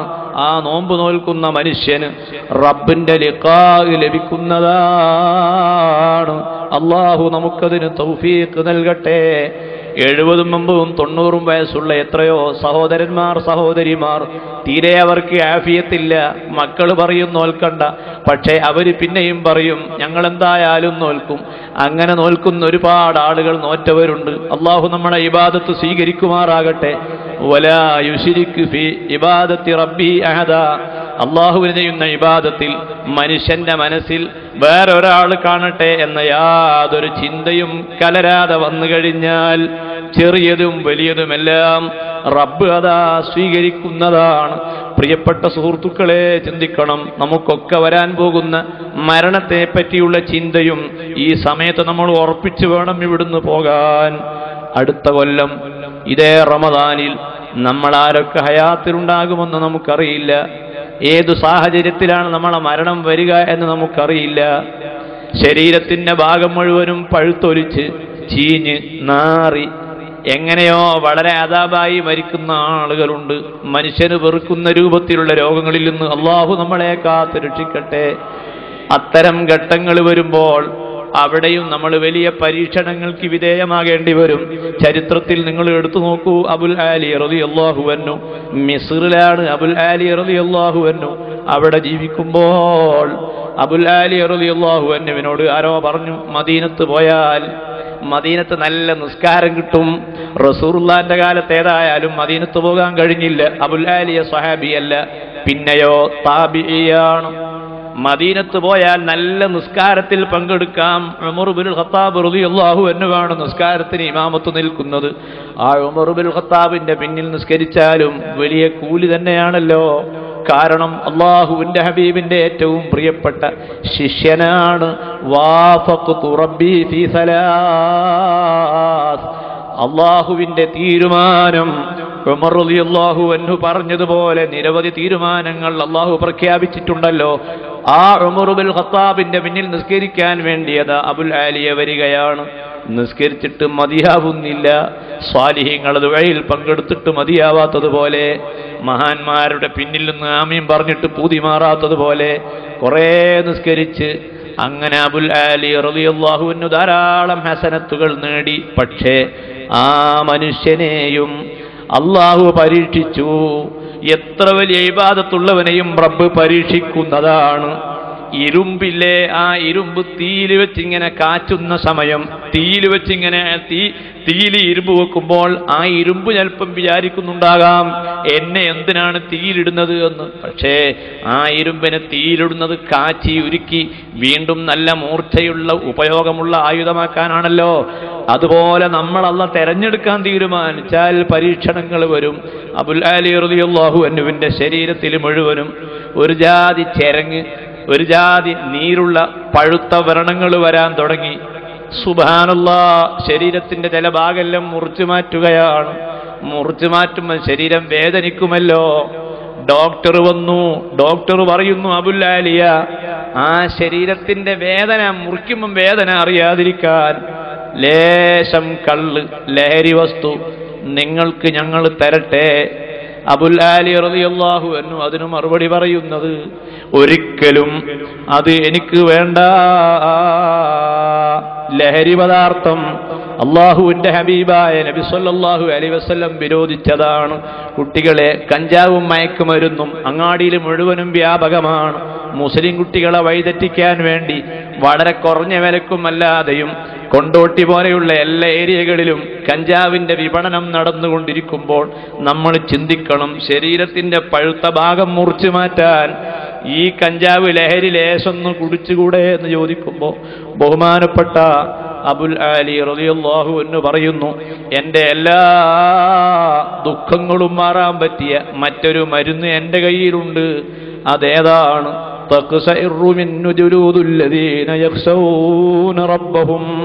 അള്ളാഹുവിനെ ഭയപ്പെടുന്ന ആളുകളെ മനസ്സിൽ കുളിർമയുണ്ടാകാനും അവരെ ദുഃഖങ്ങൾ മുഴുവനും മറന്നുപോകാനും പറ്റിയ ഒരു സാധനമുണ്ട്, പരിശുദ്ധ ഖുർആനാണ്. അതുകൊണ്ട് എൻ്റെ ശരീരത്തിലുള്ള പഴുത്ത ഭാഗം കത്തി കൊണ്ട് മുറിച്ചു മാറ്റുമ്പോൾ ആ ഖുർആൻ ഇങ്ങനെ നിങ്ങൾ ഓതുകയാണെങ്കിൽ ഒരു ലഹരിയും വേണ്ട. ആ മരണാസന്നനായി കിടക്കുന്ന സമയത്താണ് അബുൽ ആലി റളിയല്ലാഹു അൻഹുവിനെ കാണാൻ വേണ്ടി അനസ് ഇബ്നു മാലിക് വരുന്നത്. റസൂലുള്ളാഹിന്റെ കൂടെ 10 കൊല്ലം ജീവിച്ച അനസ് ഇബ്നു മാലിക് റളിയല്ലാഹു അൻഹുവിനെ കാണുമ്പോൾ സുബ്ഹാനല്ലാഹ് സന്തോഷമാണ് അബുൽ ആലിയക്ക്. നമ്മളെ ഈ ഇരിക്കുന്ന മഹാന്മാരൊക്കെ വലിയ വലിയ ഗുരുനാഥന്മാരിൽ നിന്ന് ഇൽമു പഠിച്ചവരാണ്. ഇന്ന് നമ്മൾ ജീവിക്കുന്ന ഈ കാലഘട്ടത്തിലുള്ള ശുബ്ഹത്തുകളൊന്നുമില്ലാത്ത ഓരോ കാലം വരുമ്പോഴും ലായത്തി ഖർനുന്നില്ലാ വഹുവ ശർറും മിമ്മാ ഖബലഹു, ഒരു നൂറ്റാണ്ട് വരുമ്പോൾ, ഒരു കാലഘട്ടം വരുമ്പോൾ അതിന് മുൻപുള്ളതിനേക്കാൾ മോശമായിട്ടല്ലാതെ പിന്നെ വരികയില്ല. ഇനി 25 കൊല്ലം കഴിഞ്ഞാൽ ഇന്നത്തേക്കാൾ മോശമാണ്. കോളേജുകളും യൂണിവേഴ്സിറ്റികളും ഒക്കെ ഇവിടെ ഉണ്ടായാലും മുമ്പുള്ളവരെ ഈമാന്റെ ആ പവർ പിന്നീടുള്ള ആളുകൾക്കില്ല. ബഹുമാനപ്പെട്ട സയ്യിദ് അവറുകളെ പോലെയുള്ള ആളുകൾ ഇൽമു ലഭിക്കാൻ വേണ്ടി, മഹാന്മാരുടെ സുഹബത്ത് കിട്ടാൻ വേണ്ടി അവരൊക്കെ ഒരുപാട് ആളുകളെ കൈപിടിച്ചവരും അവരിൽ നിന്ന് ഇജാസത്ത് വാങ്ങിയവരും ആ ദിക്ർ ഇങ്ങനെ പതിവാക്കി പോരുന്നവരുമാണ്. നമ്മൾ സാധുക്കളായ നമുക്കാണ് അതെല്ലാം കുറവ്. അള്ളാഹു അവരുമായുള്ള ബന്ധത്തിന്റെ പേരിൽ നമുക്കെല്ലാ ഇബാദത്തും തഖ്വയും വർദ്ധിപ്പിച്ചു തരട്ടെ. അനസ് ഇബ്നു മാലിക് വരികയാണ്. അബുൽ ആലിയ മെല്ലെ ബെഡിൽ എഴുന്നേറ്റിയിരിക്കുകയാണ്. രോഗികളെ കാണാൻ വരുമ്പോഴും അതിഥികൾ വീട്ടിൽ വരുമ്പോഴും ഒരു പലഹാരമോ എന്തെങ്കിലും കൊണ്ടുവരൽ സുന്നത്താണ്. മഹാനായ അനസ് ഇബ്നു മാലിക് റളിയല്ലാഹു അൻഹു ഒരു ആപ്പിളാണ് കൊണ്ടുവന്നത്. ആ ആപ്പിൾ കൊണ്ടുവന്ന് അബുൽ ആലിയന്റെ കയ്യിലങ്ങ് കൊടുക്കുമ്പോൾ അബുൽ ആലി റളിയല്ലാഹു അൻഹു ആ ആപ്പിൾ തിന്നുകയല്ല ചെയ്യുന്നത്, അതിങ്ങനെ ചുംബിക്കുകയാണ്. കാരണം ഇത് തിന്നുന്നതിന് മുമ്പ് ഞാനൊന്ന് ചുംബിക്കട്ടെ, ഇത് തന്ന ആളാരാണ്? നബി സല്ലല്ലാഹു അലൈഹി വസല്ലമ തങ്ങളെ കൈ തൊട്ട കൈയാണല്ലോ ഇത്. അബുൽ ആലിയായ എനിക്ക് ആ ഹബീബിന്റെ കൈ പിടിക്കാൻ കഴിഞ്ഞിട്ടില്ല. ഈ ഒരു ചിന്തയോടുകൂടി ഒരു സയ്യിദിനെ കണ്ടാൽ അത് അഹ്ലു ബൈത്തിൽപ്പെട്ട ആണാണല്ലോ പടച്ചവനെ. ഒരു ആലിമിനെ കണ്ടാൽ ബിരുദമുള്ളവരും പണ്ഡിതന്മാരെ പൊരുത്തമുള്ളവരുമായ ആലിമീങ്ങൾ, ആ ആലിമീങ്ങളെ കൈ അവരെ ഉസ്താദിന്റെ കയ്യിൽ വെച്ച കൈയാണ്. ആ ഉസ്താദ് അവരെ ഉസ്താദിന്റെ കയ്യിൽ വെച്ച കൈയാണ്. അങ്ങനെ ഹബീബായ നബി സല്ലല്ലാഹു അലൈഹി വസല്ലം മുതൽക്ക് കൈമാറി പോന്ന ആ കൈ ഒന്ന് തൊടുമ്പോൾ, അവരുമായി ബന്ധമുണ്ടാക്കുമ്പോൾ തീർച്ച അവരെ ശഫാഅത്ത് ആഖിറത്തിൽ നമുക്ക് ലഭിക്കുന്നതാണ്. ഖുല്ലൗ കാനൽ ബഹ്റു മിദാദൻ ലികലിമാതി റബ്ബി ലനഫിദൽ ബഹ്റു ഖബ്ല അൻ തൻഫദ കലിമാതു റബ്ബി വലൗ ജിനാ ബിമിസ്ലിഹി മദദാ. സമുദ്രത്തിലെ വെള്ളം മുഴുവനും ഖുർആന്റെ വിശദീകരണം എഴുതാൻ വേണ്ടി ഉപയോഗപ്പെടുത്തിയാൽ ആ വെള്ളം വറ്റിപ്പോവാതല്ലാതെ ഖുർആനോടെ ബാക്കി കിടക്കും. ബഹുമാനപ്പെട്ട ഇമാം ഫഖറുദ്ദീൻ റാസി ബിസ്മിയുടെ തഫ്സീർ, ബിസ്മിന്റെ വ്യാഖ്യാനം എഴുതി കുറെ എഴുതിയിട്ട് പേജുകളോളം എഴുതിയിട്ട് അവസാനം പറയുന്നു, ഖുല്ലൗ കാനൽ ബഹ്റു മിദാദൻ ലികലിമാതി റബ്ബി. എന്നെക്കൊണ്ട് വയ്യ, എന്നെക്കൊണ്ട് കഴിയൂല, ലോകത്തൊരൊറ്റ മനുഷ്യനെ കൊണ്ടും കഴിയൂല. ആ ഖുർആനിലെ ചില ഭാഗങ്ങൾ സാധുക്കളായ നമ്മൾ SYSന്റെ പ്രവർത്തകന്മാർ അതൊന്ന് അടുക്കാനും അതിനോട് മഹബത്തുണ്ടാകാനും ഒരു മജ്ലിസ് ഉണ്ടാക്കി. മുശാവറയുടെ പ്രധാനപ്പെട്ട ആലിമീങ്ങൾ, നേതാക്കൾ എല്ലാവരും വന്ന് എല്ലാവരും ആ ഒരു ബഹുമാനത്തിൽ പങ്കെടുക്കാൻ വേണ്ടി വന്നതാണ്. പ്രസംഗിക്കുന്ന ആളുടെ പവറോ കഴിവോ ഒന്നുമല്ല, നമ്മളെ അള്ളാഹു നമുക്ക് തന്ന പൊരുത്തവും ആ ഒരു സന്തോഷവും റബ്ബ് നമ്മളെ വക്കൽ നിന്ന് സ്വീകരിക്കട്ടെ. ഇനി എത്രയാണ് പഠിക്കാനുള്ളത്? രാജസയ്യിദായ പടച്ചവനെ, നിന്റെ ഖുർആൻ കൊണ്ട് ഞങ്ങളെ ദുനിയാവും ആഖിറവും വിജയിപ്പിച്ചു തരണേ പടച്ചവനെ. ഞങ്ങൾ സാധുക്കളാണ്, ഞങ്ങൾക്ക് ഈമാനെ തരണേ റഹ്മാനെ. ഒരുപാട് ആവശ്യങ്ങൾ പറഞ്ഞവരുണ്ട്, അവരാവശ്യമൊക്കെ നിറവേറ്റി കൊടുക്കണേ റഹ്മാനെ. വലിയ മഹാന്മാരിരിക്കുന്ന മജ്ലിസാണ്, അവരെ ഇരുത്തി ഈ സാധു ദ്വാരക്കുന്നില്ല പടച്ചവനെ. അവരെ സാന്നിധ്യം കൊണ്ട് ഞങ്ങൾക്ക് ബർക്കത്ത് ചെയ്യണേ റബ്ബേ.